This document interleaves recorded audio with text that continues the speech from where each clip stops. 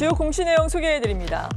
HK 이노엔의 위식도 역류 질환 신약 K캡정이 싱가포르 품목 허가 승인을 받았습니다. 라파스가 주주 안정 및 주주 가치 제고를 위해 40억 원 규모의 자사주를 취득하기로 했습니다. SKC 종속사 넥실리스 매니지먼트 유럽이 SK 넥실리스 폴란드 주식 1,700여 주를 2,461억 원에 신규 취득하기로 했습니다. 모건 스탠리의 자회사 모건 스탠리 NCO 인터내셔널 PLC가 GS건설 주식 463만 3천여 주를 늘려 930억 원의 지분이 증가했습니다. 네, 오늘도 자세한 공시 내용 타키오 뉴스의 조호진 대표와 함께 알아봅니다. 어서 오세요. 예, 안녕하세요. 네, 어떤 기업부터 살펴볼까요? 예, SK 케미칼의 이제 자회사인 SK 넥실리스가 폴란드 공장에다가 이제 대규모 이렇게 유상증자를 실시했다는 공시입니다. 그 자회사라 할지라도 이제 당연히 본회사에 영향을 끼치게 되고 일정 이상 그 지분 투자를 하면 이제 공시 의무가 발생해서 SK 케미칼이 이제 공시를 했습니다. SK 케미칼은 이제 제가 말씀 잘못 SK 케미칼은 SKC인데요. SKC는 이제 과거 이제 SK 그룹의 본류라 할 수 있는데 혹시 뭐 80년대나 90년대 기억하실 수 있겠지만은 그때는 이제 그 당시에는 이제 우리가 저장 그 디지털 저장 장치가 이렇게 필름이었습니다. 이렇게 둘둘둘 말린 필름에다가 주로 저장을 했는데 이제는 이제 거기다 저장하는 곳이 없죠. 그래서 이제 해당 사업 부문은 이제 작년에 이제 다른 PEF에 이제 매각을 했습니다. 이런 식으로 이제 SKC는 이제 원래 회사의 본질에서 비즈니스를 다른 식으로 받고 있는데 그 중에 하나가 이제 좀 전에 말씀드린 동박 사업에다가 SK 넥실리스라는 회사를 통해서 동박 사업에다가 대규모 투자를 하고 있습니다. 동박 사업은 이제 우리나라의 SKC의 SK 넥실리스, 그다음에 일진 머티리얼스, 이게 우리나라는 양강 구도이고요. 그다음에 중국계 기업들이 이제 그 상위권을 포진하고 있습니다. 근데 중국 기업들은 워낙 많은 이제 물량과 자금을 갖고 동박 사업에 대대적으로 증설을 하고 있습니다. 그만큼 이제 동박 사업은 이제 그 2차 전지가 화랑이 되면서 반드시 필요한 소재이기 때문에 동박에 대한 수요도 많아질 것이라고 여겨져서 그래서 일진 머티리얼스를 롯데케미칼이 인수하는 배경에도 그 부분이 있습니다. 그러니까 SKC 역시 여기서 멈출 수 없기 때문에 왜냐하면 규모의 경제에 실현해야 되거든요. 그래서 이번에 폴란드 공장에다가 이제 유상증자에 참여를 했습니다.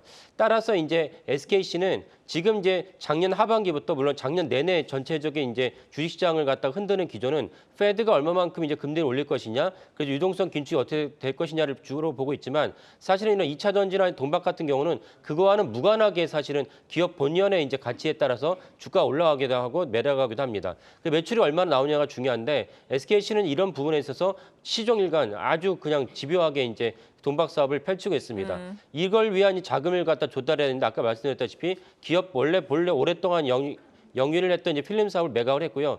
또 하나 이제 다른 분에서 매각을 해서 그 자금은 충분한 편입니다.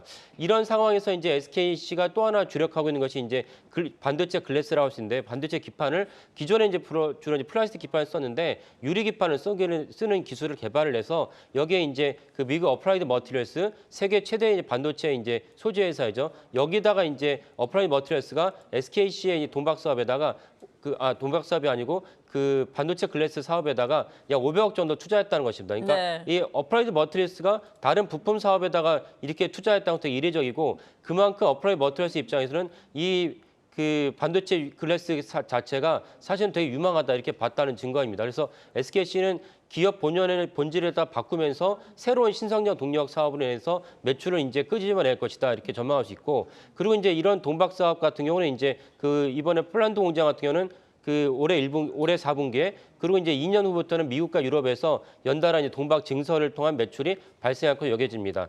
이에 따라서 SKC에 대해서 다른 관점에서 멀티플을 부여할 수 있고 이런 달라진 관점에서 SKC를 보시는 게 좋을 것 같습니다. 네, 긍정적인 말씀 해주셨고요. 사실 SKC에 대해서 앞서서는 보수적인 의견 들어봤거든요. 시장에서는 지금 그래도 바닥 다지기는 완료했다라는 리포트 나오고 있다는 점 참고를 해보시면 좋을 것 같습니다. GS건설 소식은 간략하게 알아볼까요? 예, GS건설이 모건 스탠리가 이제 지분 5.4%를 취득했다고 한 공시입니다. 그러니까 5%가 넘으면 대주주로 등재가 되는데요. 그러니까 우리가 다 알다시피 지금 건설 업종이 안 좋은데도 불구하고 우리나라 기관 투자가 아닌 세계 굴지의 기관 투자인 모건 스탠리가 5% 넘었다는 것이 이례적입니다. 이런 점에서 사실은 우리가 보통 보는 GS건설의 건설업체 부정적인 측면이 GS건설에게 상대적으로 작다라고 이제 모건 스탠리 봤다고 여겨집니다. 그중에 대표적으로 작년에 이제 그 레고랜드 사태 때부터 불거진 건설업종의 이제 PF 문제가 불거졌는데 GS건설은 PF에서 상대적으로 이제 그 부담이 덜하다는 것이 전체적인 분석입니다. 그 PF가 있긴 하지만은 PF와 만기 자체가 사실 올해 들어오는 것이 별로 적기 때문에 GS건설을 일반 동종업체랑 동일하게 볼 필요는 없고 그리고 주지하다시피 지난 3일부터 최근까지 정부에서 계속 건설에 대한 부동산에 대한 유화 정책을 규제 완화 정책을 펼치고 있습니다. 이에 따라서 GS건설이 2년 그 최저가를 장중에 찍었다가 지금 다시 주가가 이제 상승하고 있습니다. 이런 점을 미리 내다봤는 이제 모건 스탠리가 공시는 어디에 했지만 사실 지분 투자는 작년 12월부터 꾸준히 했습니다. 그래서 모건 스탠리의 이번 공시가 되게 이례적이고 주목할 만하다고 소개합니다. 네, 지금까지 타키오 뉴스의 조호진 대표였습니다. 고맙습니다. 예, 감사합니다.